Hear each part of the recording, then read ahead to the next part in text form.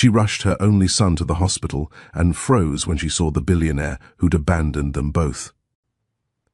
The automatic doors of St. Helena Medical Center burst open as reporters pushed forward, their cameras flashing like strobe lights against the marble walls. The lobby, usually filled with quiet footsteps and whispered prayers, transformed into absolute chaos. Security guards rushed to form a barrier while hospital staff scrambled to protect patients from the sudden invasion. Above the main reception desk, a massive banner unfurled with deliberate precision: Elodie Maxwell Children's Wing. Grand opening. The gold letters caught every camera flash, every phone screen, every hungry lens searching for the perfect shot. Mia Fisher pressed her back against the wall near the emergency stairwell. Her 6-year-old son Arlo clutched against her chest.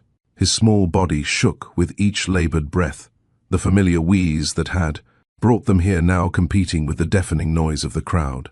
She'd chosen this hospital specifically because it was supposed to be quiet today, the new pediatric ward not opening until next week. But here they were, trapped between Arlo's urgent medical needs and this unexpected media circus. Then she saw him. Roman Maxwell stepped up to the makeshift podium someone had wheeled into the lobby's center. 7 years had passed since she'd last seen that face, but time had only sharpened his features, added confidence to his stance. The struggling artist she'd loved was gone, replaced by a man in a $10,000 suit whose presence commanded every eye in the room. His voice, when he spoke, carried the same warmth she remembered, but now it held something else: power. Authority, the casual confidence of someone who'd learned to move mountains with his checkbook. Today marks not just the opening of a medical facility, Roman said, his words cutting through the chaos with practiced ease. The Elodie Maxwell Children's Wing represents hope for families who've been told there are no options left. Named after my late daughter, this wing will ensure no child in this city goes without care due to financial constraints. Mia's chest tightened, but not from panic. His daughter? 7 years of silence, and now she learns he had a child who died. Her mind raced through calculations, timelines, possibilities. Arlo coughed hard against her shoulder, bringing her back to the present crisis. She needed to get him to the pediatric ward, but the path was blocked by cameras, reporters, and the ghost of everything she'd tried to forget. Have you ever stood at the crossroads of your worst nightmare and your only salvation? That moment when the universe seems to mock your carefully constructed walls by placing your destruction and your rescue in the same person? Maybe you've been there, watching someone who shattered your world suddenly appear as the only one who might save it. The kind of moment where your pride battles your desperation, where old wounds bleed fresh while new ones threaten to open. Mia knew she had 2 choices. She could wait, hope the crowd dispersed before Arlo's breathing got worse, protect their anonymity and her heart from whatever seeing Roman again might mean. Or she could push through that crowd, risk him seeing her, risk the cameras catching her desperation, risk everything she'd built in these 7 years crumbling in front of the man who'd already demolished it once. But as Arlo's breathing grew more ragged, she realized choice was a luxury she couldn't afford. "Mommy," Arlo whispered, his voice barely audible above the commotion. "I can't. It hurts to breathe." That's when Roman's eyes found hers across the crowded lobby. The speech stopped mid-sentence. The billionaire philanthropist, the man who'd just pledged millions to save children, stood frozen as he stared at the woman holding a struggling child in the corner. The cameras, sensing drama, swung toward Mia. The crowd parted slightly, creating a path between them, between past and present, between hurt and help, between the woman he'd left and the child who needed air. 2 crises crashed together in that hospital lobby, a little boy whose lungs fought for every breath, and a mother whose history suddenly stood between her child and the help he needed. The private medical emergency she'd tried to handle quietly now played out under spotlights and scrutiny. The man who'd vanished from her life without explanation now controlled access to the very ward that might save her son. Money hadn't brought them together. Fate, or perhaps something crueler, had. You need to stay until the end to discover what Mia Fisher chooses in that moment. And the one thing Roman offers that his billions can't actually buy. Because sometimes the price of salvation isn't measured in dollars, but in the courage to face what broke you. To all new and returning viewers, glad you're here with Mr. Steele Rich Stories. If stories with real heart move you, join our family. Tap subscribe to Mr. Steele Rich Stories and ring that bell. Drop "I'm in the comments so I can welcome you by name. Your support means everything, and I promise to keep bringing you stories that matter. Stories that make you feel. Stories that remind us all what it means to be human. The emergency room had become their second home over the past 3 years, but Mia Fisher had turned survival into an art form. She knew exactly which parking meters near St. Helena Medical Center accepted credit cards, which were jammed on quarters, and the one blessed spot behind the pharmacy that stayed free for 20 minutes. Just enough time to grab Arlo's prescriptions. Her worn leather bag contained a carefully organized system, insurance cards in the front pocket, medical history, folder in the middle section, and the small pouch of emergency supplies she'd assembled through trial and error. 4 juice boxes, not 3 she'd learned after one 12-hour emergency. Visit left Arlo crying from hunger and the vending machines empty. Apple juice, never orange. The citrus made his throat hurt more when breathing was already hard. Goldfish crackers in individual bags because opening a large container with shaking hands meant spilling them everywhere. 2 phone chargers because the outlets near the pediatric beds were always occupied. A small notebook where she tracked every symptom, every trigger, every pattern that might help the doctors understand why her healthy, happy boy would suddenly struggle for air. The $20 bill hidden in her phone case was for the parking garage when visits ran longer than expected. She'd learned to break larger bills at the hospital coffee cart because the parking attendant booth only took exact change after midnight. These weren't things anyone taught you about having a sick child. You learned them in moments of desperation, filing away each small failure as a lesson for next time. Arlo's coloring book stayed permanently in her bag now, along with the specific set of crayons he preferred, the ones that didn't break under his grip when his hands shook from the breathing treatments. She'd memorized which nurses worked which shifts, who would let her stay past visiting hours, who would sneak Arlo extra pudding cups when the cafeteria closed. The janitor, Marcus, knew them by name now, always stopping to show Arlo card tricks while they waited for test results. Her phone contained 3 different apps for tracking medical expenses, appointments, and medication schedules. She'd negotiated payment plans with 4 different departments, knew exactly how much she could put on each credit card before hitting the limit, and had memorized the hospital's financial assistance phone number. Pride had become a luxury she couldn't afford the day Arlo's first attack sent them racing here in an ambulance she's still paying off 2 years later. But through it all, Mia kept her fear locked away where Arlo couldn't see it. When his breathing got bad, she'd count out loud with him. 1 elephant, 2 elephants, keeping her voice steady even when her hands trembled. She'd make up stories about brave knights who sometimes needed special medicine to fight dragons, never letting him see her check the clock, calculating how long they had before his symptoms typically got worse. Her panic lived in the bathroom stall where she'd escaped for 3 minutes at a time, pressing her palms against her eyes, allowing herself exactly 1 minute to fall apart before washing her face and returning with a smile.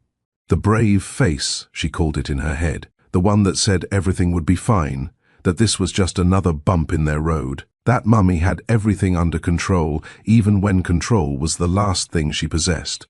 "Room 12 is ready," Nurse Tamsin called out, her voice cutting through the emergency department's controlled chaos. She'd been working in pediatric emergency for 15 years, and she recognized the Fisher family's particular brand of organized crisis. The way Mia already had Arlo's medical history pulled up on her phone, the practiced ease with which the boy raised his arm for, the blood pressure cuff, the small toy dinosaur he clutched, not for comfort but to keep his hands busy during procedures. The nebulizer mask went on without protest. Arlo knew the routine: sit still, breathe deep, let the medicine do its work. The machine hummed its familiar rhythm while Tamsin checked his oxygen levels, making small talk about the cartoon playing on the waiting room television.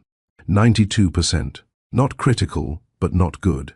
She watched Mia's eyes track the numbers on the monitor, saw the slight relaxation when they climbed to 93, then 94.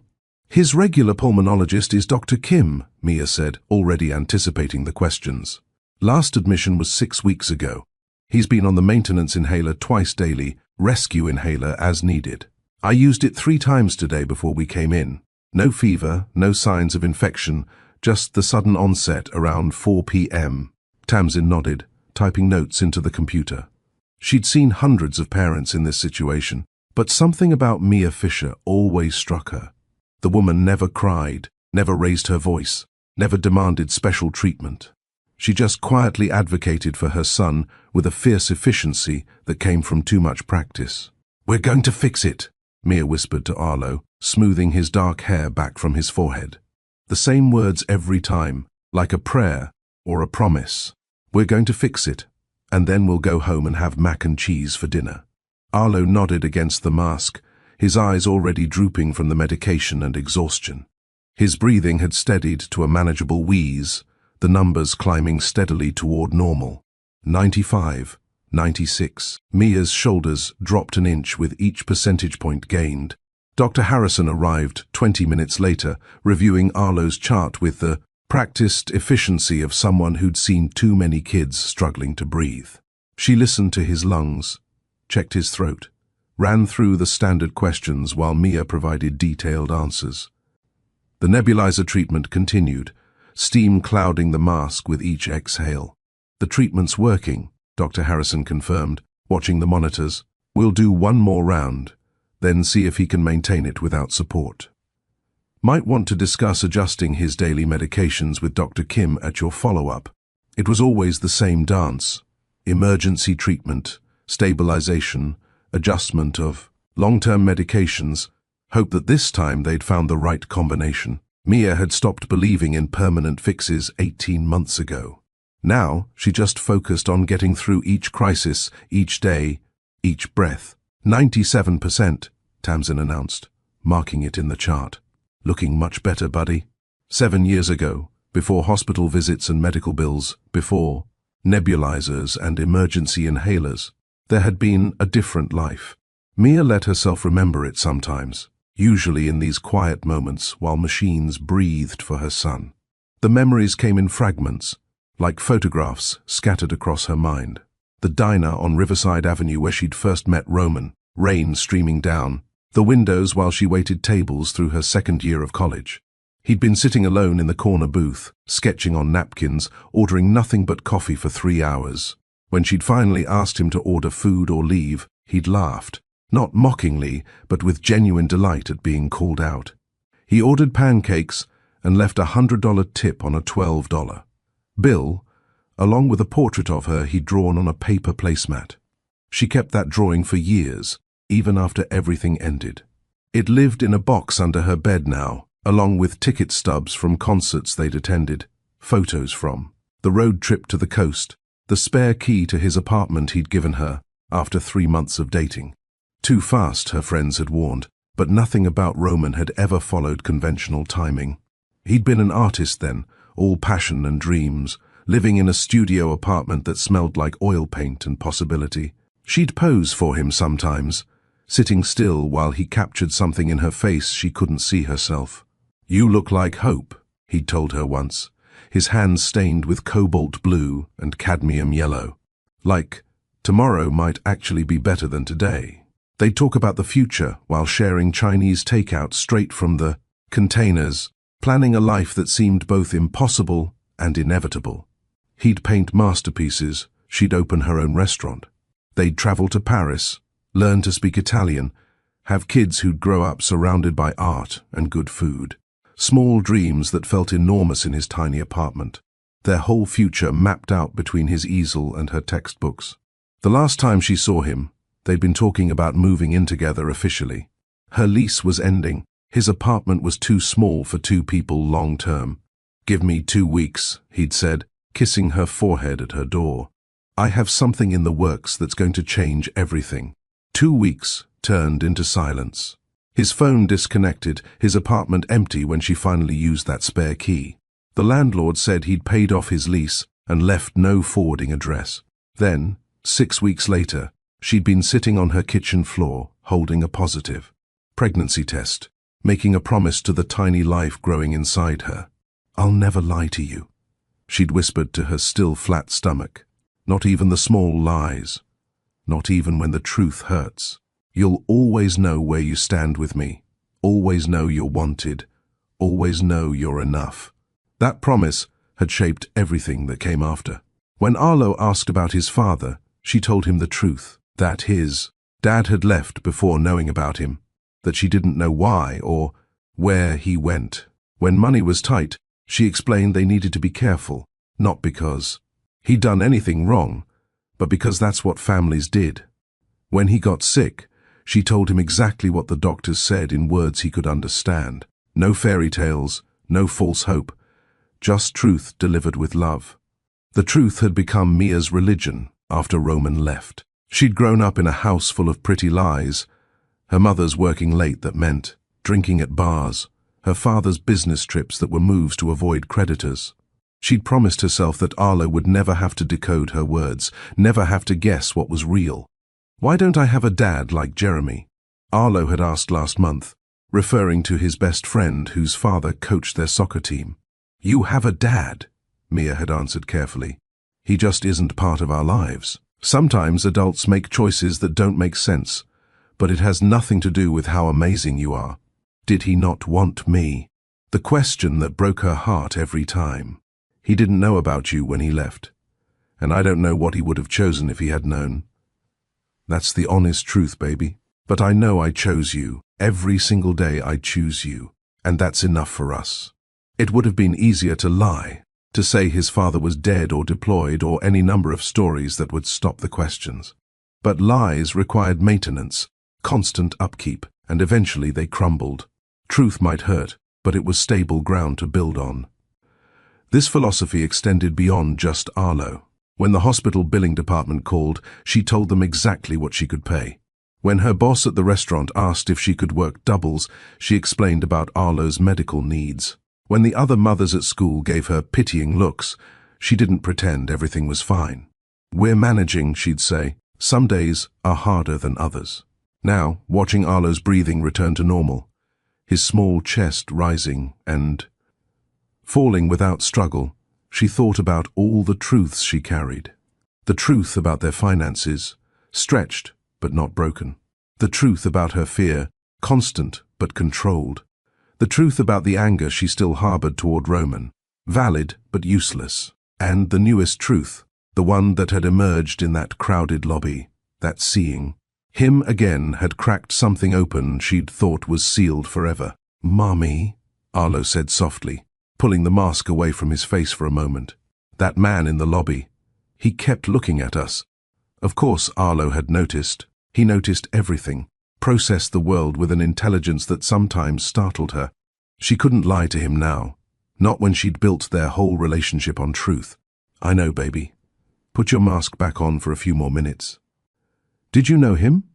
The question hung in the air between them, heavy with possibility. Mia could feel the weight of the next words, knowing they would either be truth or the first lie she'd ever told her son. The monitor beeped steadily, showing 98% now. Almost normal, almost safe. "Yes," she said finally. "I knew him once, a long time ago." "Before I was born?" "Yes, before you were born." Arlo seemed to consider this, his 6-year-old mind working through the implications. But before he could ask anything else, Tamsin returned with discharge papers and instructions for follow-up care. The moment passed, but Mia knew it would return. Truth was like that, patient and persistent, waiting for its moment. The discharge papers crinkled in Mia's hands as she helped Arlo sit up, the nebulizer treatment finally complete. Through the glass partition of the emergency room, she could still hear Roman's voice carrying from the lobby, his speech reaching its crescendo. Each word felt like a stone dropped into still water, the ripples reaching her even here. The Elodie Maxwell Children's Wing will feature 32 private rooms, each equipped with state-of-the-art respiratory equipment, Roman's voice echoed through the hospital's speaker system. Someone had apparently decided to broadcast the dedication hospital-wide. No child will be turned away due to inability to pay. No parent will have to choose between their child's health and their home. Mia's hand stilled on Arlo's back. Those words, she'd said them to Roman once years ago after witnessing a family leave the emergency room because they couldn't afford the copay. Someone should fix this, she'd raged that night, pacing his tiny apartment. Children shouldn't suffer because their parents are poor. One day, he'd promised her, pulling her into his arms. One day, we'll have enough money to change things. Now he had that money. Now he was changing things. But the we had become just him, and she was one of those parents his charity would help. The irony tasted bitter in her mouth. The speech continued, but Mia focused on gathering their things, tucking Arlo, his dinosaur, into his backpack, checking that she had all their paperwork. The emergency bay had emptied somewhat. Other patients either admitted or discharged during Arlo's treatment.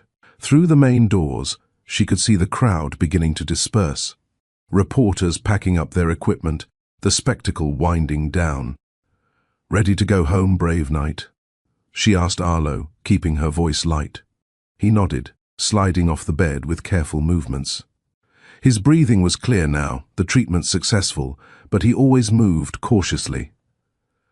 After an episode, as if too much activity might trigger another attack, Mia took his hand, feeling its smallness in hers, the trust in his grip. They walked toward the exit, Mia deliberately choosing the path that would avoid the main lobby. But as they rounded the corner near the nebulizer storage area, where Tamsin was restocking supplies, Roman appeared. He'd left the podium, was walking with purposeful strides toward the pediatric wing, 2 assistants trailing behind him with tablets and folders. He stopped mid-step when he saw them. The first emotion that crossed Roman Maxwell's face was pure surprise, the kind that stripped away 7 years of success and left only the raw recognition of something unexpected. His lips parted slightly, his hand halfway to his phone frozen in mid-air. For a heartbeat, he looked exactly like the man who'd once spent hours trying to capture, the perfect shade of blue in her eyes, frustrated when his paints couldn't match reality. Then came the remembering. Mia watched it wash over him like a tide, saw his eyes track the familiar angles of her face, the way her hair still fell across her left shoulder when she was nervous. His gaze held questions and answers simultaneously, processing not just her presence but what it meant, here, now, in this place he'd built. She could see him calculating the years, perhaps wondering what had brought her here, why she looked tired in ways that had nothing to do with sleep. Finally, the ache. It settled into his features like sediment, aging him beyond his 34 years. His shoulders dropped a fraction, and his hand lowered completely, hanging useless at his side. This was the expression she'd never seen on him before. Regret mixed with something deeper, something that looked suspiciously like grief. "Mia?" Her name on his lips sounded like a question and a prayer combined. It carried the weight of their history, the ghost of promises made in the dark, the echo of laughter over morning coffee. Just her name, but it contained multitudes. His eyes shifted then, drawn by movement, and found Arlo pressed against her side. The boy looked up at the stranger with curious eyes, the same dark eyes that stared back from Roman's own face. The resemblance hit like a physical blow. Mia saw Roman process it, saw him take in the child's age, the familiar curve of his jaw. The way his hair fell across his forehead in exactly the same pattern Roman's did. The air between them became something solid, heavy with unspoken accusations and explanations. Roman's assistants had stopped a respectful distance away, clearly sensing the charged atmosphere. Other hospital staff moved around them, oblivious to the small drama playing out by the supply cart. "Is this—" Roman started, then stopped, his usual eloquence deserting him. His hand moved slightly, as if to reach toward them, then pulled back. "We were just leaving," Mia said, her voice steady despite the earthquake happening inside her chest. She tightened her grip on Arlo's hand, began to move past him. Wait, Roman said, and there was desperation in it, raw and unchecked. Please. Just wait. Nurse Tamsin appeared between them like a guardian angel in scrubs, her 15 years of experience having taught her to recognize trouble in all its forms. She'd seen custody battles play out in waiting rooms, witnessed family drama unfold, over sick beds, learned to protect her young patients from adult complications. The family can follow to the pediatric ward if they're on the approved list, she said smoothly, positioning herself slightly in front of Mia and Arlo. Her tone was professionally neutral, but her stance was protective. This young man needs to rest after his treatment. Roman's jaw tightened. He started, then stopped himself, seeming to realize that throwing his weight around wouldn't help here. I apologize. I didn't mean to intrude on medical care. The new pediatric ward is beautiful, Tamsin continued, as if he hadn't spoken, gently guiding Mia and Arlo away from the confrontation. Dr. Banerjee wanted to check Arlo one more time before discharge. Standard protocol after a respiratory episode, Mia allowed herself to be led, grateful for the intervention. Arlo looked back over his shoulder at Roman, his young mind clearly trying to piece together the strange encounter. They moved through the hospital corridors, Tamsin keeping up a steady stream of light. Chatter about the new ward's amenities, creating a buffer of normalcy around them. The Elodie Maxwell Children's Wing was everything the dedication speech had promised. Bright murals covered the walls, underwater scenes with friendly sea creatures, forests full of whimsical animals, cities made of candy and dreams. The rooms they passed had natural light streaming through large windows, parents relaxing in actual comfortable chairs. Instead of rigid plastic, children connected to machines that hummed quietly instead of beeping constantly. Dr. Priya Banerjee met them at the nurses' station, her warm smile immediately putting Arlo at ease.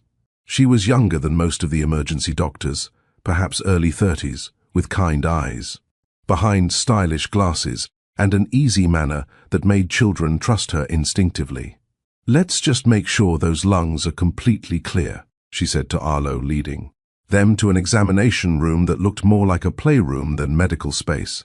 Toys lined shelves, books filled a small library corner, and the examination table was shaped like a pirate ship. While she listened to Arlo's breathing, asking him about school and his favorite subjects, Mia felt her phone vibrate. "A text from an unknown number, please. 5 minutes. I need to understand." She deleted it without responding, but her hands shook slightly as she put the phone away. Dr. Banerjee finished her examination, declaring Arlo's lungs clear and his oxygen levels perfect. She high-fived him, then pulled a sticker from her coat pocket, a golden star that said, "Brave Patient," in glittering letters. As Arlo carefully placed it on his shirt, she turned to Mia with a slightly different expression.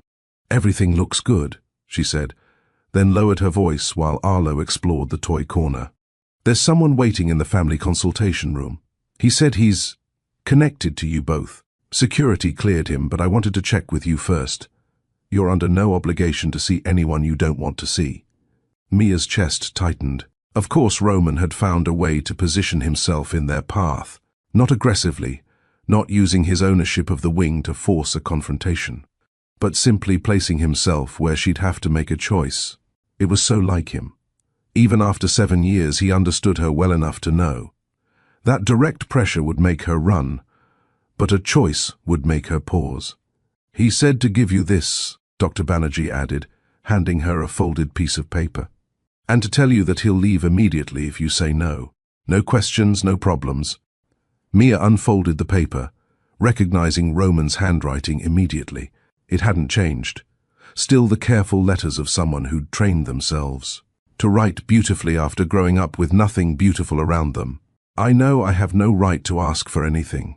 I know what leaving costs you. But seeing him, seeing what I walked away from without knowing, please, let me at least apologize properly. Let me explain, even if the explanation isn't forgiveness. 5 minutes. If you say no, I'll respect that and disappear again. But please." "Mummy, look!" Arlo called from across the room, holding up a book about dragons. "Can we read this?" The normalcy of his voice, his easy joy after such a difficult afternoon, made her decision somehow both harder and clearer. She looked at her son, Roman's son, and wondered what truth she owed him beyond what she'd already given. Did he deserve to know his father was here? Did Roman deserve to know the incredible person his son had become? "Dr. Banerjee," she said quietly, "could you stay with Arlo for a few minutes? Let him pick out a book to take home?" The doctor nodded, understanding immediately. "Take your time. We'll be here looking through our library. Arlo, want to help me pick the best books for our take-home shelf?" Mia kissed Arlo's forehead, promising to be right back. Then she walked down the hallway toward the family consultation room, each step feeling like a journey through time. Behind that door waited answers to questions she'd stopped asking years ago, explanations she'd told herself she didn't need. But more than that, behind that door waited for a choice that would affect not just her, but the small boy picking out dragon books with his doctor. Would you meet him? Or keep the past out to protect the present? She stood at the door for a long moment, hand on the handle, feeling the weight of two possible futures pressing against her palm. The family consultation room smelled like lavender and antiseptic, an attempt at comfort that didn't quite mask the medical reality. Roman stood by the window, his back to the door when Mia entered. His reflection in the glass showed a man wrestling with words he'd probably rehearsed 1,000 times in 7 years, none of them adequate for this moment. "Thank you for coming," he said without turning around. "I wasn't sure you would." "I'm not sure I should have," Mia replied, keeping the small table between them as he finally faced her. The years had refined him. Gone was the stubble he'd worn like armor, replaced by clean lines and expensive grooming. But his eyes held the same intensity that had once made her believe in impossible things.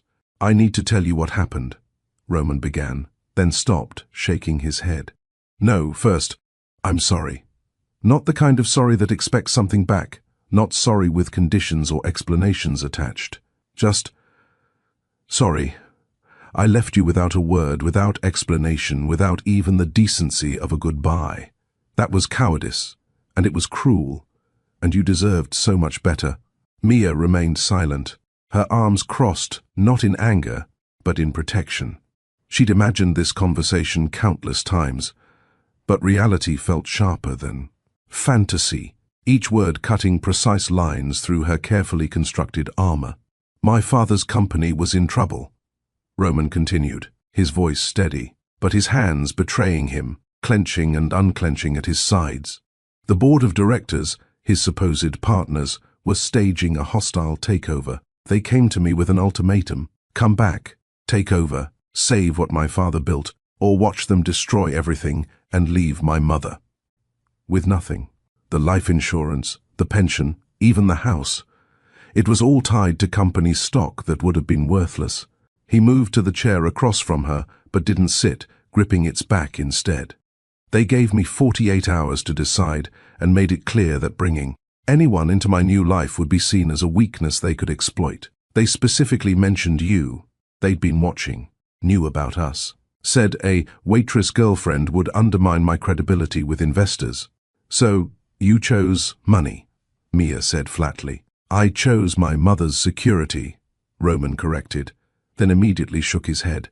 "But yes, I chose wrong.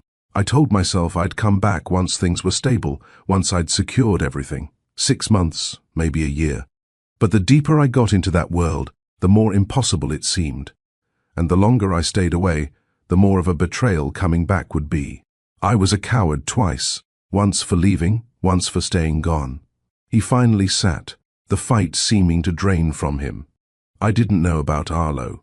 God, Mia, if I'd known, but that doesn't matter, does it? I should have been there regardless. Should have trusted you with the truth.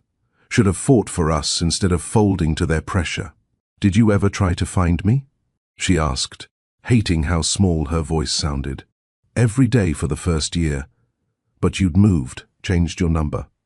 Your friends wouldn't tell me anything, rightfully so. I hired investigators, but when they found you, you looked happy, working at a new restaurant, living in that little blue house on Maple Street. I convinced myself that showing up would be selfish, that I'd already done enough damage. That was 3 years ago." Mia said, the timeline clicking into place. Arlo had just turned 3. He'd started having breathing problems. I was drowning in medical bills, working doubles, barely sleeping. Roman's face crumpled. I'm not asking for forgiveness. I'm not asking for anything I don't deserve, which is nothing. But now that I know about him, about our son, please, let me help. Not publicly, not for show, just let me help carry some of this weight I should have been carrying all along. Mia stood abruptly, needing distance from the raw pain in Roman's voice. She walked to the window, looking out at the city below, gathering her thoughts like armor before turning back to face him. You broke my heart, she said simply, not just by leaving, but by making me doubt everything that came before. Every I love you, every plan we made, every promise. I've spent 7 years wondering what was real and what were just pretty words from someone who could walk away without looking back. Roman started to speak, but she held up her hand. I'm not finished. Forgiveness, that's a separate conversation, maybe one we'll never have. But Arlo, our son doesn't need your guilt or your money or your headlines. He needs stability. He needs the truth. He needs people who show up and stay shown up, not grand gestures that disappear when things get complicated. She returned to her chair, leaning forward with the same intensity she used when advocating for Arlo's medical care. If you want to help, really help, then understand this. Everything goes through me first. Every decision, every interaction, every moment you might have with him needs my approval. Not because I'm punishing you, but because I'm protecting him. He's been through enough without adding a father who might vanish again to his list of challenges. I won't leave again, Roman said firmly. You don't get to just declare that and have it be true, Mia shot back.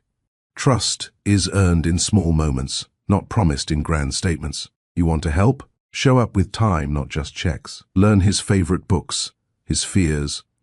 What makes him laugh? Sit through boring school plays and little league games where he strikes out. Be there when he's sick at 3 a.m. and there's nothing to do but worry. She pulled out her phone, showing him her calendar. Color-coded chaos of medical appointments, work shifts, school events. This is our life. It's not glamorous. It's not photo ops at charity galas. It's nebulizer treatments and insurance fights and choosing between new shoes or the electric bill. Can you handle that? Can you be part of this without trying to fix it with money or influence? Roman studied the calendar, and she saw him truly understanding the weight she'd been carrying. What would showing up look like to you? Start small, Mia said. Come to his next doctor's appointment.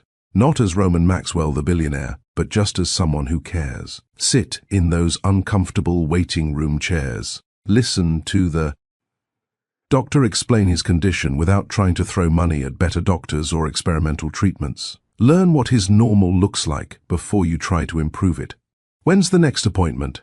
Thursday, 2 p.m., with Dr. Kim, his pulmonologist. But Roman, she fixed him with a stare that had backed down difficult doctors and stubborn insurance representatives. If you make promises to him that you don't keep, if you raise his hopes and then disappear, I will make sure you never see him again.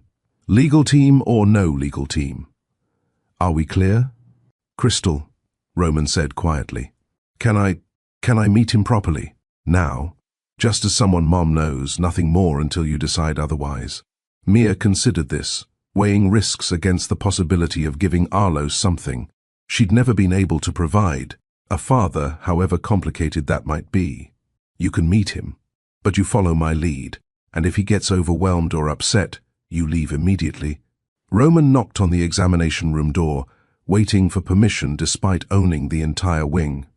It was a small gesture, but Mia noticed it, filing it away with all the other small things that would eventually add up to trust or disappointment. Come in, Dr. Banerjee called, and they entered to find Arlo building something elaborate. With tongue depressors and medical tape, the dragon book open beside him for reference. Arlo, Mia said gently, this is Roman. He's someone Mummy knew before you were born. He wanted to meet you. Arlo looked up with those impossibly familiar eyes, studying Roman with the direct curiosity only children possessed. You're the man from the lobby, the one who talks fancy. Roman laughed, genuine surprise breaking through his nervousness. I suppose I do talk fancy sometimes. Is that good or bad? Depends, Arlo said seriously, returning to his construction. Can you make paper airplanes? Yes, actually. I can. Show me. And just like that, the billionaire who'd addressed crowds of investors found himself being tested by a 6-year-old's standards.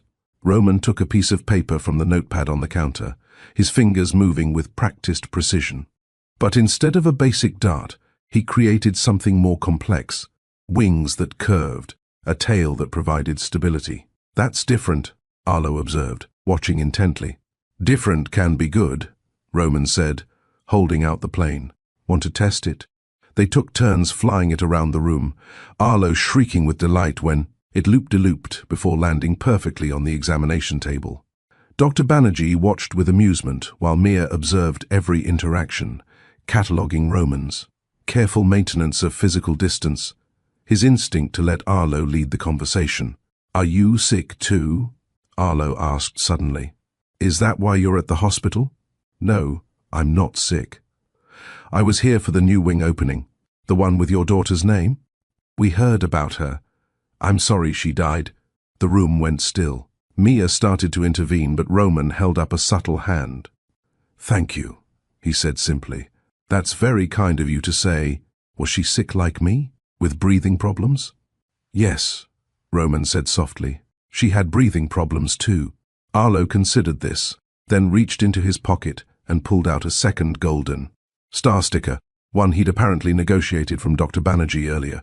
He peeled it carefully and held it out to Roman. For being sad but still being nice, he explained matter-of-factly. Roman accepted the sticker with the reverence usually reserved for $1,000,000 contracts, placing it on his suit jacket without hesitation. Thank you. This is the nicest gift anyone's given me in a very long time. They continued playing with paper airplanes, Arlo teaching Roman his own technique while Roman showed him how to add small modifications for distance versus acrobatics. The conversation flowed naturally, about school, about rockets, Arlo's current obsession, about why hospitals always smelled weird. When Arlo's energy began to flag, the aftermath of his episode catching up, Roman was the first to notice, suggesting they save more airplane designs for another time. It was another small thing, but Mia noted it. He wasn't pushing for more time, wasn't trying to make the moment bigger than it should be. Dr. Banerjee returned with discharge papers and a treatment plan, her professional demeanor, a welcome return to normalcy after the charged emotions of the past hour. She explained the adjustments to Arlo's medication regimen, the importance of avoiding certain triggers, and scheduled a follow-up with Dr. Kim. I'll also page Dr. Qureshi from our psychiatric department, she said to Mia, though her eyes flickered briefly to Roman. Not for Arlo. He's handling his condition remarkably well, but we offer family counseling for parents dealing with chronic pediatric conditions. It can be helpful to have someone to talk through the stress with. Mia recognized the subtle offering, a neutral space to process whatever was happening with Roman's reappearance. Thank you. That might be good. Mr. Maxwell, Dr. Banerjee addressed Roman directly. The Foundation representatives were looking for you earlier. Should I tell them where to find you? No, Roman said quietly. I'll catch up with them later. This is more important. He moved toward the door, understanding his time was up without being told. But before leaving, he turned back to Arlo. It was really nice meeting you, Arlo. Maybe I'll see you again sometime? Arlo looked to his mother first.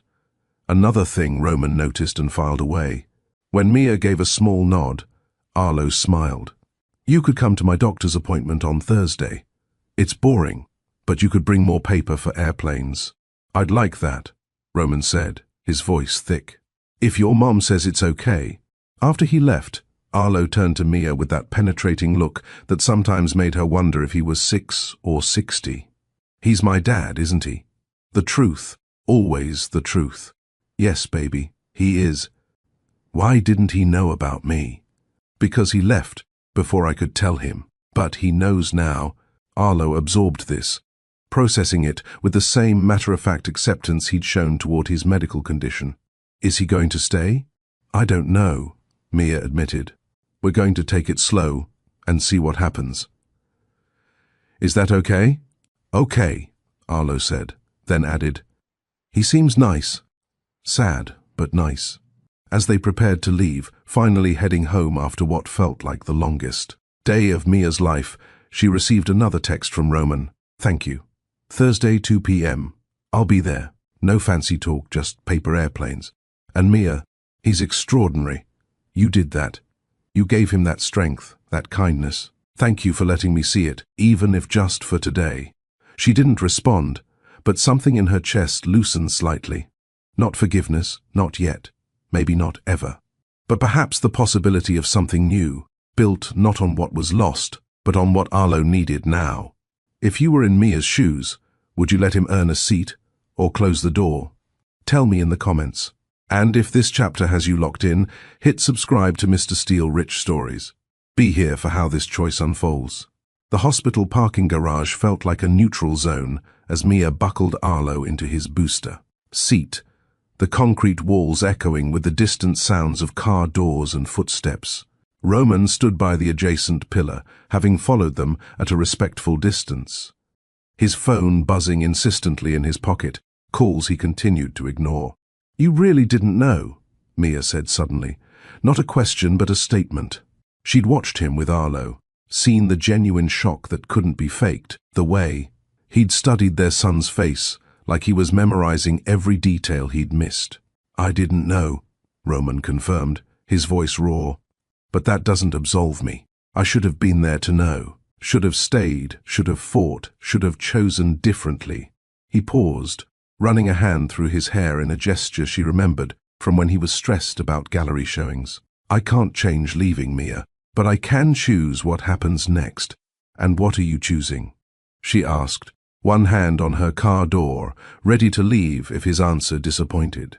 Roman pulled out his phone, showing her the 17 missed calls from various board members, the urgent texts about publicity opportunities, interview requests from major networks about the wing dedication. Then, deliberately, he powered it off completely. I'm choosing time over optics. Choosing to learn who Arlo is over what the board wants me to be. They'll be furious. A PR nightmare, they'll call it. The absent billionaire father suddenly appearing will raise questions, create narratives they can't control. I don't care anymore. It's not that simple, Mia protested. You can't just decide to upend your life. You did, Roman interrupted gently. 7 years ago, you upended everything to raise him alone. Built a life from scratch while I was playing corporate games. The least I can do is risk some bored disapproval to be part of his life now. Arlo had fallen asleep in his car seat, the stress of the day finally catching up. His small hand clutched the dragon book Dr. Banerjee had let him keep, his breathing deep and even, such a contrast to just hours ago. A probationary chance, Mia said finally, the words feeling like stepping off a cliff. 3 months. You show up when you say you will, you follow my rules, you put Arlo's needs first. No grand gestures, no trying to buy your way into his life, no using him for public relations rehabilitation. What about my money? I want to help with medical bills with... We'll discuss that in family therapy. Mia cut him off. Financial support is complicated. It comes with strings, even when you don't mean it to. We need professional guidance to navigate it without creating dependency or resentment. Roman nodded slowly. You've thought this through. I've had 7 years to think about what I'd do if you ever came back, she admitted. Though I never imagined it would be like this, in a hospital you built, with our son between us. Our son, Roman repeated, as if testing the words. I have a son. You have a son who needs consistency, Mia corrected, who's been through more medical procedures than most adults, who asks hard questions and deserves honest answers, who gives star stickers to sad strangers because I taught him empathy matters more than everything else. You taught him well. I taught him what I knew, but there are things I can't teach him, things about being a man, about his heritage, about the parts of himself that come from you. Maybe that's worth the risk of letting you try. Roman stepped closer, still maintaining careful distance but close enough that she could see the exhaustion in his eyes, the weight of choices made and unmade. 3 months, he agreed. Whatever rules you set, whatever boundaries you need, I'll earn this second chance, or accept losing it. But Mia, he paused, seeming to gather courage. I need you to know that leaving you was the worst decision of my life. Not because of Arlo, not because of what I missed, but because I loved you and chose fear instead. That's my burden to carry, not yours to forgive. They sat in Mia's car with the engine running for heat, Arlo still sleeping in the back, as they worked out the practical details on a napkin from the hospital coffee shop. The absurdity of planning their son's future on a coffee-stained napkin wasn't lost on either of them, but it felt appropriately humble after years of grand failures. Phone call tomorrow evening, Mia wrote in her careful handwriting. After dinner, before bed. 7:30, 5 minutes maximum to start. Just to say goodnight? Roman asked. To establish a routine. Arlo thrives on predictability. It helps with his anxiety about his condition. If you're going to be part of his life, it starts with being reliable in small ways. Roman nodded, adding his own note. Saturday afternoon visit. Public place? The park near our house has a playground he loves. 2 hours. I'll be there the whole time. You can push him on swings. Maybe bring those paper airplane designs you mentioned. They exchanged schedules, Roman photographing Arlo's medical appointment list, school, calendar, and the carefully maintained routine that kept his health stable. Mia wrote down Roman's direct number. Not his assistant's, not his office line, but the personal cell only a handful of people had access to. Family therapy, Mia continued, writing the next item.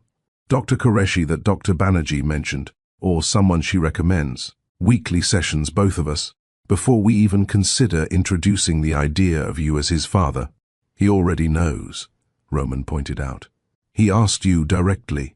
Knowing and understanding are different things. He needs professional support to process this, and frankly, so do we. 7 years of hurt doesn't just disappear because you want to do better now.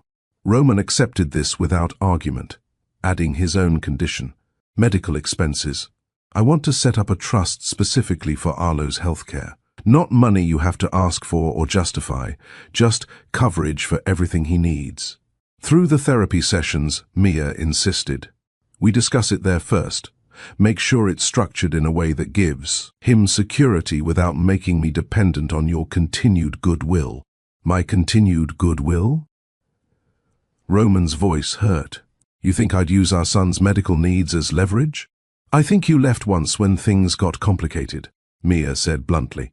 I can't afford to assume you won't leave again. I need legal protection, not just promises. The truth of it sat heavy between them. Roman folded the napkin carefully, as if it were a precious document rather than a hastily scrawled agreement. School information, he said quietly. I'd like to know his teachers' names, what he's studying, when parent conferences are. Not to attend. Not yet, just to know. Mia pulled up the school portal on her phone, sharing the login information. He's in 1st grade, Mrs. Patterson. He's advanced in reading, struggles a bit with math but not concerningly so. I love science, especially anything about space. Space. Roman smiled slightly. I used to paint nebulas when I couldn't sleep. Maybe that's where he gets it. Maybe, Mia allowed, then caught herself. But don't do that. Don't try to find yourself in him to justify your place. He's his own person, not a collection of inherited traits. Love him for who he is, not for what parts of you he might carry. You're right, Roman said. I'm sorry. I'm trying to find my footing here. Saturday, Mia said, softening slightly. Start with Saturday. Show up on time, follow his lead. Don't promise anything you're not certain you can deliver. That's your footing. Roman's phone, even powered off, seemed to pulse with ignored urgency in his pocket. When he finally turned it back on to save Mia's number, it exploded with notifications. The one that caught his eye was from Tessa Armitage, the board chair who'd orchestrated his return 7 years ago. Optics are critical. The photographer caught you with a woman and child. Exit quietly before speculation begins. We need to control this narrative. He showed the message to Mia, who read it with a bitter smile. The machine that took you away wants you back. They never stopped wanting control, Roman said, typing a response. 7 years, and they still think they own me because they own shares. His reply was brief, unavailable for the rest of the day. Family emergency. Will address concerns Monday. The response was immediate. There is no family emergency in your file. Your mother is well. Explain. Roman looked at Arlo sleeping, at Mia watching him with guarded hope, at the life he'd missed and the chance he'd been given. He typed, "File is outdated. Situation handled. Monday, Tessa." Then he blocked her number. "You can't block the board chair," Mia said, though there was something like approval in her voice. "Watch me," Roman said, then proceeded to block 6 more board members, who were flooding his phone with variations of the same demand. They want me to be their puppet CEO, the grieving father who channels his loss into acceptable charity. Finding out I have a living son, one I abandoned before he was born, that doesn't fit their narrative. They'll make your life hell. My life's been hell for 7 years, Roman said simply. Comfortable hell, profitable hell, but hell nonetheless. At least now I'm choosing my battles. Another message slipped through before he could block it. This one from the PR director. 3 reporters have photos of you in the parking garage with the woman. If this is what it looks like, we need to get ahead of it. Suggestion, claim she's a beneficiary of the charity, nothing more. Beneficiary, Mia laughed, but it was sharp-edged. Is that what we are? No, Roman said firmly, deleting the message. You're the woman I loved and left. He's my son I didn't know existed. And if they can't handle that truth, then maybe it's time for new board members. You can't fight them all, Roman. Not if you want to keep your position, keep the resources to help Arlo. I'm not fighting them, Roman said, pocketing his phone. I'm just choosing not to let them choose for me anymore. First visible choice against their machine, as you put it. If they fire me, I've got enough personal wealth to ensure Arlo never wants for anything. If they don't, then they'll learn to accept that I'm done being controlled. A security guard walked by their car, did a double take at seeing Roman. Maxwell in the parking garage, but moved on when Roman waved him away. The small moment of recognition reminded them both that privacy would be a challenge going forward. They'll dig into your life, Roman warned. Once they know about Arlo, about you, they'll investigate everything. Your work history, your finances, any relationship you've had since. There haven't been any relationships, Mia cut him off. Between Arlo's health and work, and just surviving, dating hasn't exactly been a priority. Something shifted in Roman's expression at this admission, but before he could respond, Arlo stirred in the back seat. "Mummy, are we home?" "Almost, baby. Just talking to Roman for a minute." Arlo blinked sleepily, then smiled at Roman through the window. "Bye, airplane man. See you Thursday." "Thursday," Roman promised, stepping back from the car. 2 p.m. I'll bring paper.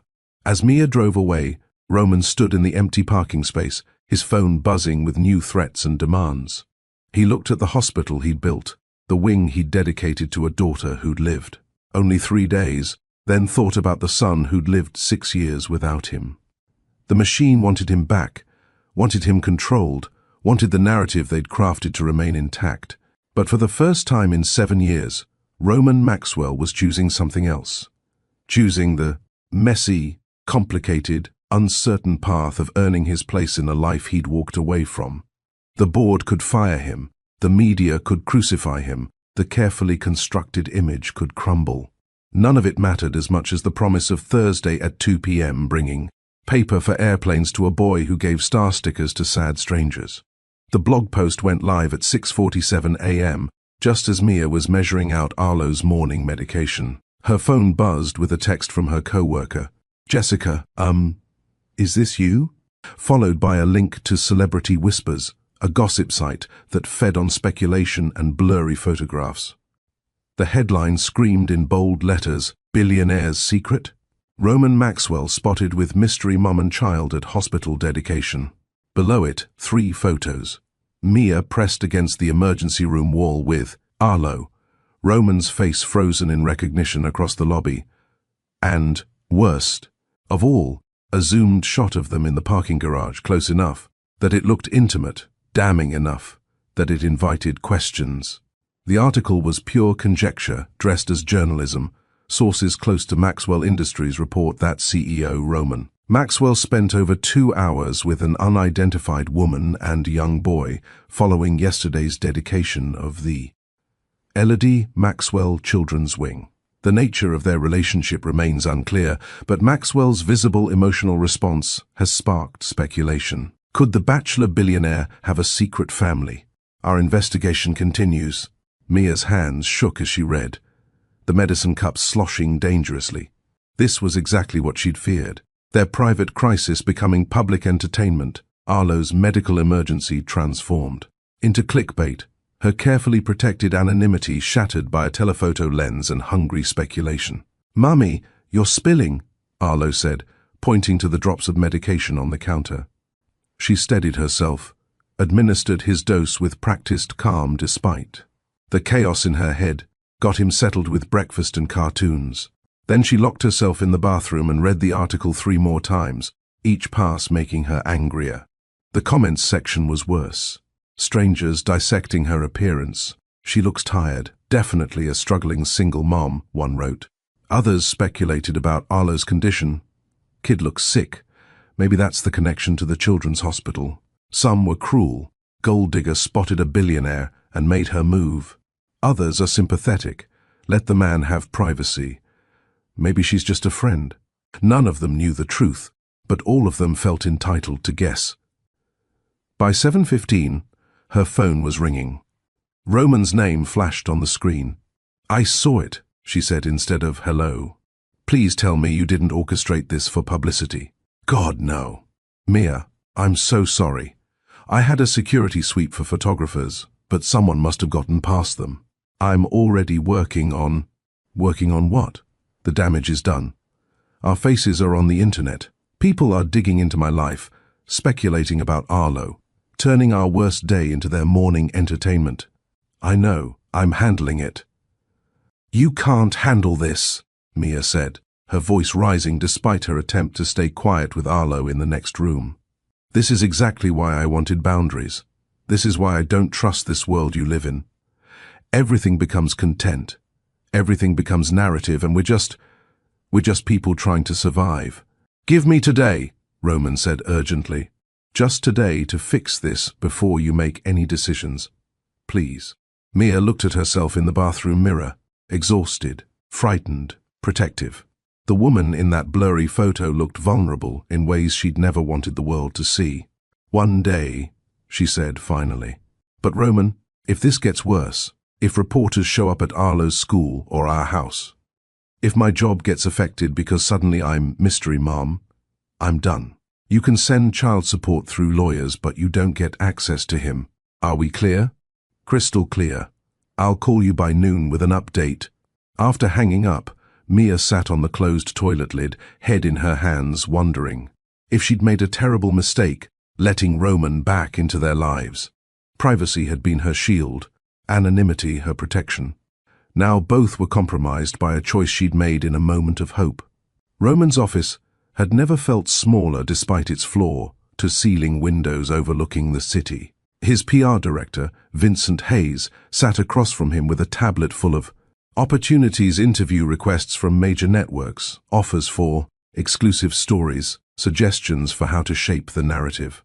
"Good Morning America wants you tomorrow," Vincent said, scrolling through options. "We could control the message, introduce the woman, Mia, you said her name was, on our terms. Make it a heartwarming reunion story." No," Roman said flatly. "The View is offering a full segment. You could discuss single parenthood, healthcare costs, tie it back to the Foundation's mission." "No, Roman, you don't understand. The story is already out there. If we don't define it, someone else will. Let me at least issue a statement confirming the basics, get ahead of the speculation." "The statement is, no comment on my personal life," Roman said firmly. "Contact Celebrity Whispers and their parent company. I want that article taken down within the hour." Vincent looked up sharply. "On what grounds?" The photos were taken in a public space. We have no legal basis. Then buy the parent company, Roman interrupted. Or threaten to pull all Maxwell Industries advertising from their entire network. I don't care what it costs. That article disappears, and no publication under their umbrella touches this story again. That's aggressive. It'll raise more questions. Let it. Issue one statement. Mr. Maxwell's personal life remains private. He will not be commenting on recent speculation and requests that the media respect the privacy of all individuals involved, particularly minors. Nothing else. No confirmation, no denial, no explanation. Vincent made notes, clearly uncomfortable. The board won't like this approach. Tessa's already called twice this morning wanting to discuss crisis management. Tell Tessa I'm managing the crisis by protecting the people involved. If she has concerns, she can wait until Monday like everyone else. There's also the Henderson interview. You were supposed to do Bloomberg at 11 about the third quarter earnings. Should I postpone? Roman checked his watch. The interview would conflict with his promised noon update to Mia. Cancel it. Reschedule for next week. Roman, this is becoming a pattern. You've cancelled or postponed 6 major commitments in the last 18 hours. And I'll cancel 6 more if I have to, Roman said, standing to signal the meeting was over. My priorities have shifted. The company will survive without me for a few days while I handle what actually matters. After Vincent left, clearly disturbed by his boss's departure from protocol, Roman made 3 more calls. The first to Celebrity Whisper's editor-in-chief, explaining in terms that couldn't be misunderstood what would happen if the article remained live. The second to his head of security, demanding a full investigation into how photographers had breached hospital grounds. The third to his lawyer, instructing him to prepare cease and desist letters for any publication that attempted to identify or photograph Mia or Arlo without permission. By 11:30, the article was gone, replaced by a generic error message. By 11:45, 3 other gossip sites had pulled similar speculative pieces. It wasn't perfect. Screenshots still circulated on social media forums, still buzzed with theories, but the official channels had been shut down. At exactly noon, he called Mia. The article's down, he said without preamble. I've got legal teams monitoring for any attempts to republish. Security is reviewing hospital footage to identify the photographer, and I've issued a blanket no comment on anything involving you or Arlo. Silence on her end. Then, what did it cost? Does it matter? Yes, because I need to know if this protection is sustainable or just a temporary show of power that'll evaporate when you get bored. Roman leaned back in his chair, looking out at the city he'd conquered while losing everything that mattered. I threatened to buy their parent company and destroy their advertising revenue. It cost nothing financially and everything professionally. They'll hate me now, see me as a bully. But they'll also think twice before publishing anything about you again. And when the next outlet posts something, and the one after that, you can't threaten the entire media industry. Watch me try, Roman said quietly. Mia, I know you don't trust this yet. I know every protective instinct you have is screaming to shut me out, but I meant what I said. I choose time over optics. If that means burning bridges with every gossip columnist in the country, so be it. Another pause, longer this time. Arlo wants to talk to you tonight. 7:30, like we agreed. 5 minutes. It wasn't forgiveness, wasn't even approval, but it was permission to continue, and right now, that was enough. The chicken noodle soup came from a can, heated in a pot that had seen better days, but it filled Mia's small kitchen with the illusion of comfort. Arlo sat at the table coloring a picture of rockets, his nebulizer treatment scheduled for after dinner. It was their routine, eat, treat, bath, bed, the careful rhythm that kept his condition stable and Mia's anxiety manageable. The knock at the door came at 6:45, 15 minutes earlier than Roman's scheduled call time. Mia checked the peephole, surprised to find him standing on her porch holding a paper grocery bag and looking decidedly uncomfortable in jeans and a sweater instead of his usual tailored suits. "You're early," she said, opening the door but not moving aside to let him in. I know, I'm sorry. I brought some things for Arlo. Books about space, and this telescope I saw that's designed for kids his age. If that's okay.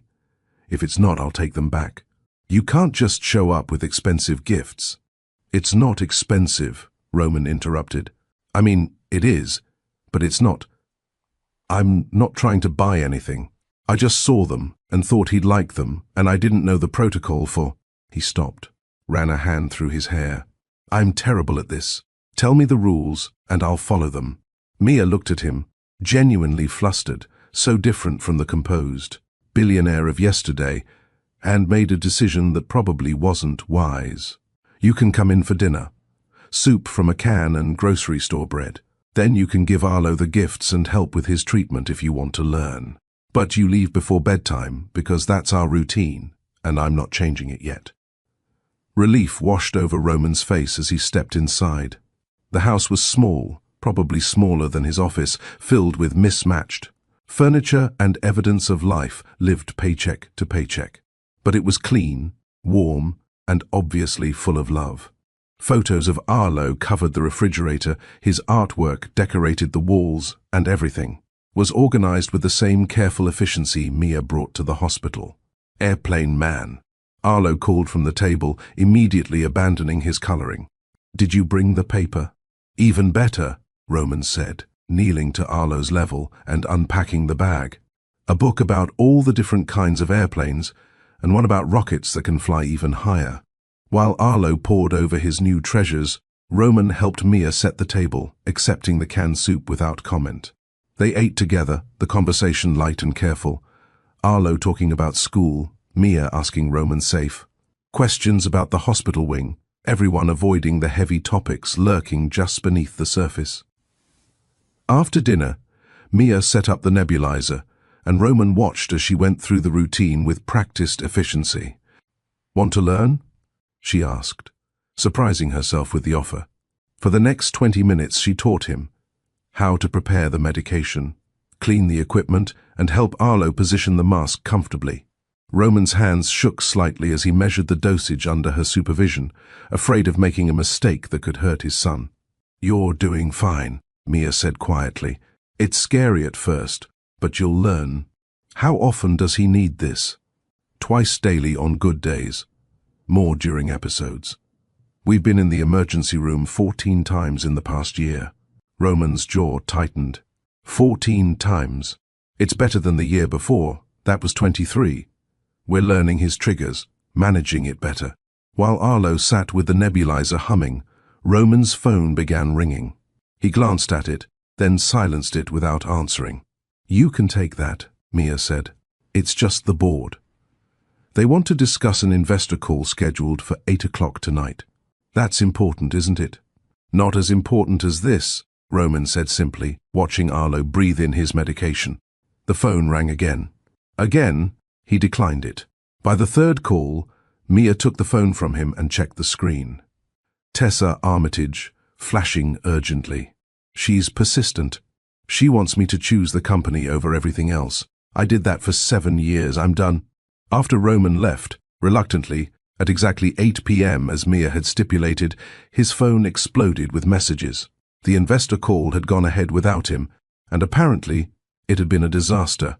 The lead investor, Harrison Cole, had asked pointed questions about Maxwell's commitment to the company, his recent erratic behavior, and whether his personal complications would affect fourth-quarter projections. Tessa's voicemail was ice cold. Your absence tonight cost us the Cole investment. $40 million gone because you couldn't be bothered to show up. Emergency board meeting, my office, 7 a.m. tomorrow. Non-negotiable. The email that followed was worse. Copied to the entire board. Roman's recent distractions have created a crisis of confidence among our major donors and investors. We must address whether his personal complications are compatible with his leadership role. Discussion tomorrow will include potential alternatives to the current management structure. Translation, they were considering removing him as CEO. Vincent Hayes called at 10 p.m., his voice tight with stress. The Cole situation is bad, but it gets worse. 3 other major donors are reconsidering their commitments to the children's wing. Not because of anything concrete, just the optics of instability. Tessa's been working the phones, suggesting your judgment is compromised. Let me guess, Roman said tiredly. She's positioning herself or her preferred candidate as the stable alternative. Jeremy Richardson. He's been kissing up to the board for months, waiting for an opening. Roman thought about the emergency room, about learning to measure medication with shaking hands, about Arlo's star sticker still on his jacket. He thought about 7 years of choosing what the board wanted, what investors expected, what optics demanded. Let them meet, he said finally. Let Tessa make her case. I'll be there at 7 a.m. with my own proposal, which is that I'm done letting them dictate my priorities. If they want Richardson, they can have him. But they should know what they're getting. Someone who'll smile for cameras and ignore anything that doesn't fit the narrative. Is that really what the Elodie Maxwell Children's Wing should represent? You're playing with fire, Roman. They could actually do it, vote you out, strip your authority, reduce you to a figurehead. I know, but I'm standing with Mia and Arlo anyway. If that costs me the company, at least I'll have chosen the right thing this time. After hanging up, Roman sat in his penthouse apartment, all minimalist, design and expensive emptiness, and drafted his response to the board. Not defensive, not apologetic, but clear about his new definition of power. Power wasn't controlling narratives or managing optics. It was showing up for the 7:30 p.m. phone call with a 6-year-old, learning nebulizer protocols, choosing soup from a can over investor millions. His old life had been powerful in ways that meant nothing. His new life, still fragile and uncertain, was powerful in ways that might actually matter. At 7:28 p.m., he called Mia's number. Arlo answered, breathless with excitement. Airplane man, guess what? Mom helped me build the telescope, and I saw the moon. It has spots on it. Those are called craters, Roman said, his chest tight with something that felt like joy. Want me to tell you about how they got there? For exactly 5 minutes, he told his son about meteor impacts and lunar geology, about astronauts who'd walked on that spotted surface. Mia stayed silent in the background, but he could hear her moving around, could feel her listening, evaluating, deciding whether he deserved another chance tomorrow. When the 5 minutes were up, Arlo said goodnight without complaint, already learning the boundaries that made trust possible. Same time tomorrow? Roman asked Mia after Arlo handed her the phone. If you're still standing with us after your board meeting, Mia said. I saw the news alerts. They're circling. Let them circle. I'll talk to you tomorrow night. Is a blurred photo enough to make you pull back or push for better boundaries? Dr. Qureshi's office was deliberately calming. Soft lighting, comfortable chairs. That didn't look clinical. A box of tissues placed strategically, but not obviously. Mia had been here twice before, solo sessions to process the sudden reappearance of Roman in their lives before they attempted joint therapy. Tell me about the fear, Dr. Qureshi said gently, her pen poised above. Her notepad but not writing yet, giving Mia space to find the words. I'm afraid I'm rewriting old pain, Mia admitted, pulling her sleeves over her hands the way she did when feeling vulnerable. 7 years ago, I loved him completely, believed every promise, built my future around us. Then he vanished, and I had to rebuild everything from ruins while pregnant and alone. And now? Now he's back, saying the right things, showing up when he says he will. But what if this is just temporary guilt? What if once the novelty wears off, once being a father to a sick kid becomes inconvenient instead of redemptive, he disappears again? Dr. Qureshi nodded, making a small note. You're protecting yourself. That's healthy. But I notice you keep saying, I. What about Arlo? Mia's eyes filled. That's the real fear. I survived Roman leaving once. I was an adult. I had choices.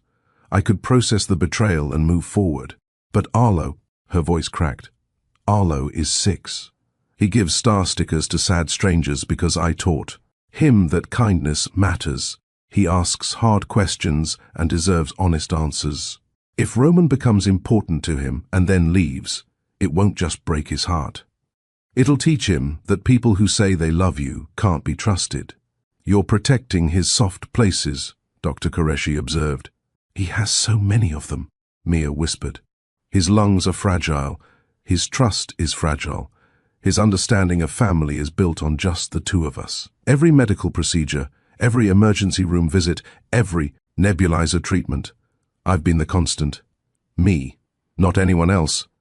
And now I'm supposed to let Roman in, let him become someone Arlo depends on when I don't know if he'll stay. What would make you know?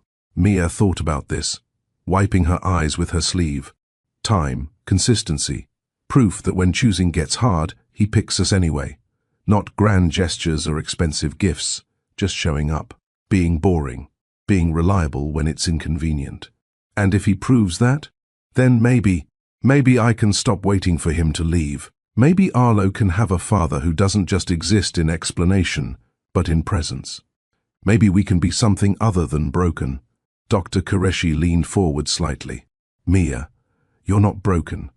You're a mother who built a life from nothing, who advocates fiercely for her son, who teaches him kindness while navigating systems designed to exhaust you. That's not broken. That's extraordinary. It doesn't feel extraordinary. It feels like barely surviving most days, which is exactly why you deserve support. Why Arlo deserves to know his father, if his father can show up properly. But you're right to move slowly, to demand proof before trust. That's not fear controlling you. That's wisdom protecting what you've built. Roman sat in the same chair Mia had occupied an hour earlier, his posture more rigid, his hands clasped tightly, as if physically holding himself together. The board meeting didn't go well, he said, answering Dr. Qureshi's opening question about his week. They've put me on probationary status. Fancy corporate speak for, one more mistake and you're out. Jeremy Richardson is being positioned as my replacement if I can't prove my commitment to the company. How does that make you feel? Honestly? Relieved. Roman looked surprised by his own answer. For 7 years I've been running that company, making decisions based on what would please investors, what would satisfy the board, and what would maintain the image they wanted. And I was miserable. Successful, powerful, absolutely miserable. What's different now? I know what I'm working toward. Before, it was just accumulation. More money, more influence, more control. But control over what? A company that would replace me the second I became inconvenient? A life that looked impressive but felt hollow? Dr. Qureshi made a note. You're using past tense. What I was working toward. What are you working toward now? Being someone Arlo can count on. Being someone Mia doesn't have to fear will disappear. But I don't know how to do that without controlling the outcome, without guarantees that if I do X and Y, then Z will happen. Relationships don't work like business deals. I'm learning that, Roman said wryly. Mia won't give me a timeline for trust, won't accept money without therapeutic oversight, won't let me fix problems with resources. Everything I'm used to leveraging, wealth, influence, power, none of it matters to her. Does that frustrate you? It terrifies me, Roman admitted, because the only thing I can offer is myself, and historically, that hasn't been enough. I left. I chose corporate pressure over love. I missed 6 years of my son's life because I was too cowardly to fight for what mattered. Why would she trust that person? Are you still that person? Roman was quiet for a long moment. I want to say no. I want to believe I've changed. But change isn't declared, is it? It's demonstrated. I can't control whether Mia forgives me or when Arlo accepts me as his father. I can only control my choices, day by day, moment by moment. And what are you choosing? Boring heroism, as Mia calls it. Showing up for the 7:30 p.m. phone calls even when I'm exhausted. Learning medical terminology and nebulizer protocols. Cancelling important meetings to be at appointments. It's not dramatic. It's not the kind of thing that makes headlines. But it's the only thing that actually matters. That's a profound shift from someone who built a career on headlines and drama. That career cost me everything real, Roman said quietly. I won't make that mistake again. Even if it costs me the company, even if I lose the power and influence, I'm choosing presence over optics, routine over recognition, time over everything else. The email arrived at 11 p.m. on Wednesday night, 2 days before Arlo's scheduled appointment with Dr. Kim. Subject line: exclusive opportunity, National Healthcare Panel. Vincent Hayes had written it personally. Roman, this is exactly what we need to rehabilitate your image with the board. CNN is hosting a panel on pediatric healthcare reform Friday at 2 p.m. You'd be featured alongside the Surgeon General, 2 senators, and the head of the National Children's Hospital Association. It's perfect timing. Shows your commitment to the cause, lets you discuss the wing without addressing personal speculation. The board is already impressed I secured this. Please confirm your participation. Roman stared at the email, then checked his calendar. Friday, 2 p.m. Arlo's pulmonology appointment with Dr. Kim. The appointment Mia had specifically invited him to attend, the one he'd promised he'd be at 3 weeks ago. The panel would be broadcast nationally, seen by millions, positioning him as a serious healthcare advocate. It would satisfy the board, impress investors, and prove his commitment to the company's mission. Missing it would be seen as another distraction, more evidence that his personal life was compromising his professional judgment. The appointment would be seen by 3 people: Mia, Arlo, and Dr. Kim. It would satisfy no one but them, impress no one important, prove nothing, except that he could keep a small promise to a 6-year-old. He typed 2 emails. The first to Vincent: decline the panel. I have a prior commitment I won't break. Offer to do a written interview instead, but my Friday afternoon is non-negotiable. The second to Mia: still confirmed for Friday 2 p.m. Is there anything I should prepare or questions I should have ready for Dr. Kim? Vincent called within 5 minutes, his voice strained. Roman, you don't understand what you're turning down. This is national television, the kind of platform most CEOs would kill for. I understand perfectly. I'm choosing my son's doctor's appointment over a TV appearance. Tell the board, don't tell them. I don't care. My answer is no. They'll see this as final proof that you're not fit to lead. Then they can vote me out Monday. But I'm not cancelling on Arlo. Thursday morning, Roman showed up at Mia's house at 6 a.m. before she'd even left for her early shift at the restaurant. She answered the door in her work uniform, surprised to find him holding 2 coffee cups from the local shop she'd mentioned liking. You're not supposed to be here until tomorrow, she said, accepting the coffee anyway. I know. I wanted to ask what questions I should have ready for Dr. Kim, but I realized I should probably also know Arlo's full medical history, not just the parts I've witnessed. Do you have time to walk me through it before work? Mia studied him, this billionaire on her doorstep at dawn with coffee and questions, looking nothing like the man who'd once left without explanation. You really cancelled the CNN panel, she said. Not a question, a confirmation. How did you? Jessica sent me the announcement yesterday. Thought I'd want to see you talking about pediatric healthcare. When I didn't see your name this morning, I checked the updated panel list. The appointment is more important. It's just a routine checkup. Nothing dramatic, no cameras, no audience, just listening to Arlo's lungs and adjusting medication dosages. I know, Roman said simply. That's exactly why I need to be there. They sat at Mia's kitchen table, the same wobbly table where she'd eaten countless meals alone with Arlo, and she walked Roman through 6 years of medical history. The first respiratory episode at 6 months old, the hospitalization at 18 months, the diagnosis of reactive airway disease at 2 years. Each emergency room visit, each medication trial, each specialist consultation. She laid it all out while he took notes on his phone, asking questions that showed he was actually listening. Why does cold air trigger episodes? He asked. Dr. Kim thinks it's the sudden temperature change constricting his airways. We have a protocol now. Scarf over his mouth and nose, pre-treatment before going outside in winter. And the cat allergy. You mentioned that it affects him too. Not just cats, most animals with fur or feathers. We found out the hard way at a petting zoo. Had to leave Jeremy's birthday party early because Arlo couldn't breathe around the rabbits. Roman made another note. So no pets.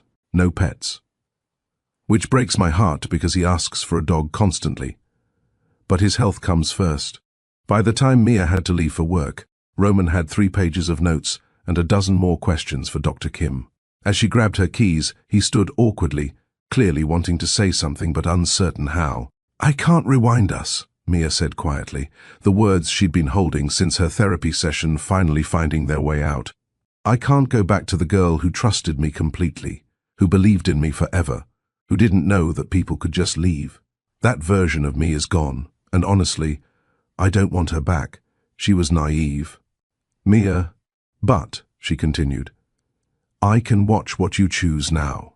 Not what you promise or what you say you'll do. What you actually choose when it costs you something. You chose this appointment over national television.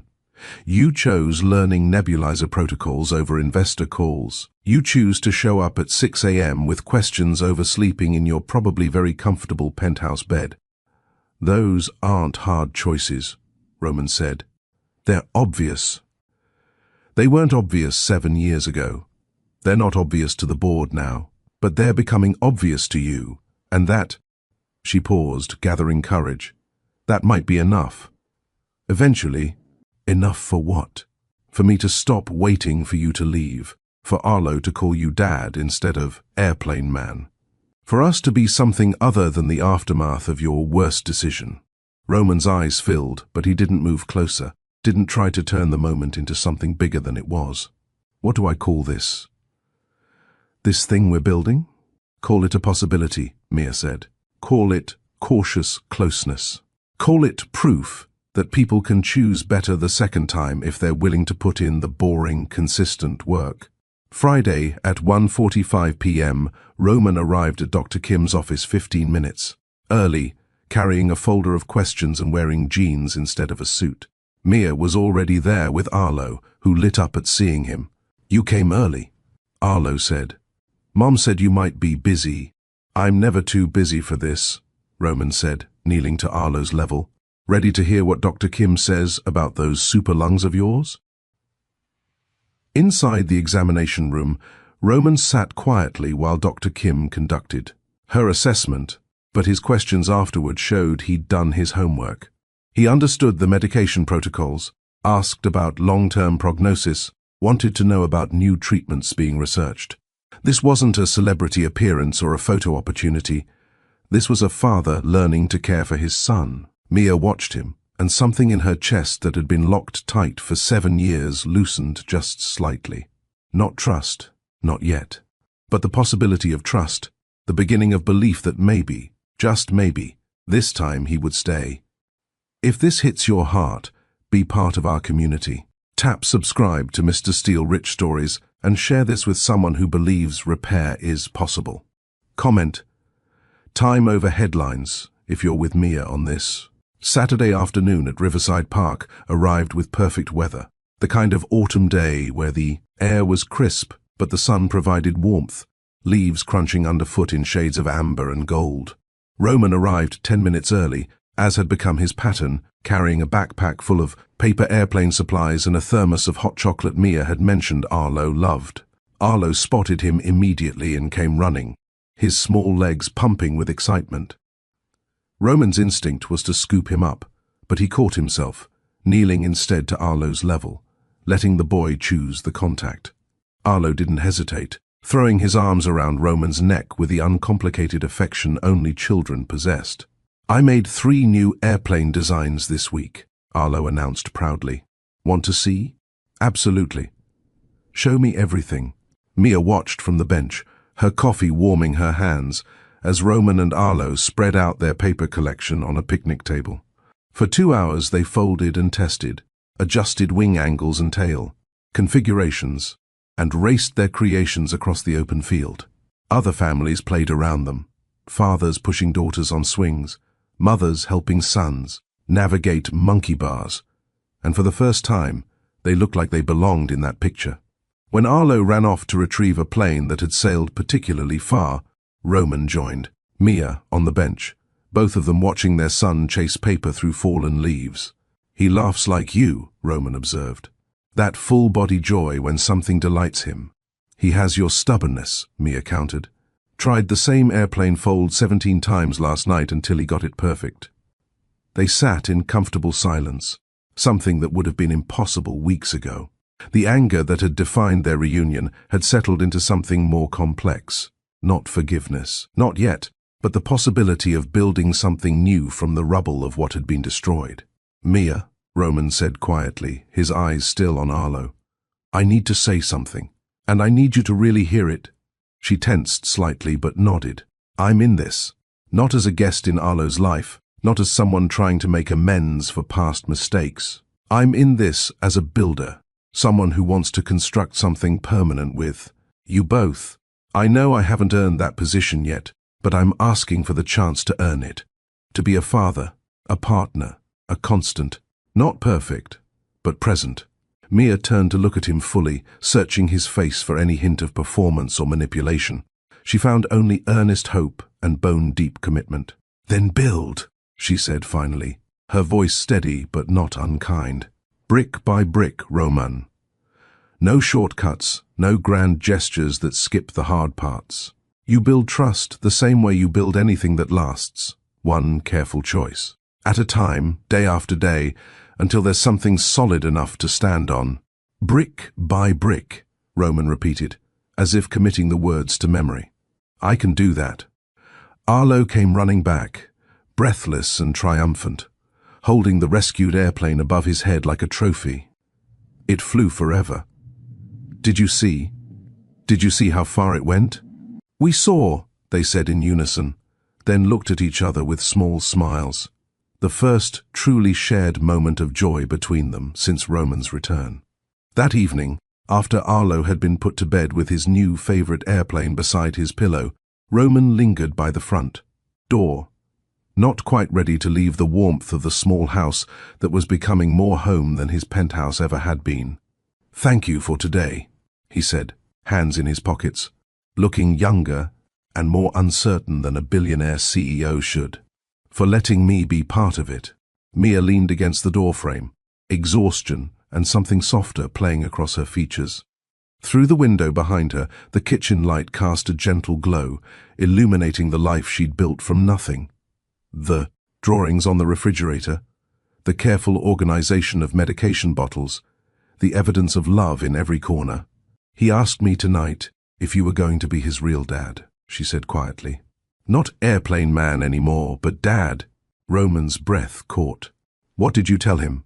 "I told him that being a real dad isn't about biology, it's about showing up. And that you've been showing up every single time you said you would. So if he wants to start calling you dad, I think you've earned that." The words hit Roman like an absolution he hadn't known he needed. His eyes filled, but he didn't look away, didn't hide the emotion. "I won't let him down," he whispered. "I won't let either of you down again." Mia stepped closer, bridging the careful distance they'd maintained. She took his hand, the first physical contact she'd initiated since his return, and held it gently, not romantically, but with quiet recognition of the journey they'd traveled. "I know," she said simply, "because if I thought you would, we wouldn't be here." She rose on her toes and pressed a kiss to his temple, brief but meaningful, a benediction and a beginning. When she pulled back, something had shifted between them, not healed completely, not returned to what was, but opened to what might be. "Same time next Saturday?" Roman asked, still holding her hand. "Same time next Saturday, and Tuesday's his school concert. Nothing fancy, just first graders singing off-key. But he asked if you'd come." "I'll be there." "Front row." "You don't have to sit in the front row. The middle is fine." "Front row," Roman insisted gently. "I've missed 6 years of off-key concerts. I'm not missing another minute." The door to their future wasn't flung wide open, and wasn't returned to the trusting innocence of 7 years ago. But it wasn't locked anymore either. It opened slowly, carefully, by choice rather than chance, and that made all the difference. The telescope and books were nice, but what mattered was Roman appearing at 6 a.m. with questions, staying for nebulizer treatments, cancelling investor calls for bedtime stories. Love isn't measured in dollars spent, but in moments invested. The daily phone calls, the doctor's appointments, the park Saturdays, these mundane commitments built the foundation that grand gestures never could. True repair happens in the unsexy work of consistency, in choosing presence when performance would be easier. Roman's first words were important, acknowledging his failure, refusing to make excuses. But words alone wouldn't have been enough. Mia had heard promises before. What changed the equation was Roman backing his apology with transformed behavior. He didn't just say he was sorry, he demonstrated it by prioritizing differently, choosing their needs over his comfort, showing up when it cost him professionally. Ownership means accepting consequences without resentment. Consistent action means proving change isn't temporary performance, but permanent realignment of priorities. The gossip blog invasion could have destroyed their fragile reconnection. Instead, it clarified what mattered. Not public perception or narrative control, but the private world they were building together. Mia's insistence on boundaries wasn't rejection, it was wisdom. She understood that healthy relationships need protected space to develop, that not everything meaningful needs to be explained or defended to outsiders. Roman learned that real power wasn't controlling what others thought, but protecting what actually mattered. The therapy sessions, the careful agreements, the deliberate slowness, all of it created space for authentic connection to develop without external pressure distorting it. These weren't abstract principles, but lived truths, tested in hospital waiting rooms and kitchen tables, proven in the choice between CNN panels and pulmonology appointments. Roman and Mia's story wasn't about perfect people making perfect choices. It was about broken people choosing repair over resentment, building over blaming, presence over performance. And Arlo, with his star stickers and paper airplanes, reminded them both that children don't need perfect parents. They need presence, ones who show up, tell the truth, and love them through the hard parts. Brick by brick, moment by moment, choice by choice. That's how families are built. Not in dramatic declarations, but in quiet consistency. Not in what we promise, but in what we prove. If this story gives you hope, join us. Real love isn't what happens in the highlight reel. It's what happens in the daily grind. The unsexy commitments. The choice to show up when walking away would be easier. At Mr. Steele Rich Stories, we tell those stories. The ones about repair and redemption, about second chances earned through consistent action, about ordinary people making extraordinary choices in their everyday lives. Tap subscribe to Mr. Steele Rich Stories and turn on that notification bell. Don't miss what's next. We've got more stories coming about people who refuse to let their worst moments define them, who chose rebuilding over bitterness, who proved that it's never too late to become who you should have been. Type subscribed in the comments so I can pin a few welcome notes and thank you personally for being part of this community. Your support means everything. It lets us keep telling stories that matter, stories that remind us all what's possible when we choose presence over performance. Like this video if it moved you, and share it with someone who's rebuilding brick by brick. Someone who needs to know that repair is possible, that trust can be earned back. That showing up consistently matters more than showing up spectacularly. We're building something here together, a community that believes in second chances, in the power of consistent choice, in the quiet heroism of showing up. Thank you for being here. Thank you for believing these stories matter. And thank you for letting us be part of your journey, whatever you're building in your own life. See you in the next story. Until then, remember, time over headlines, presence over performance, and brick by brick, we build what lasts.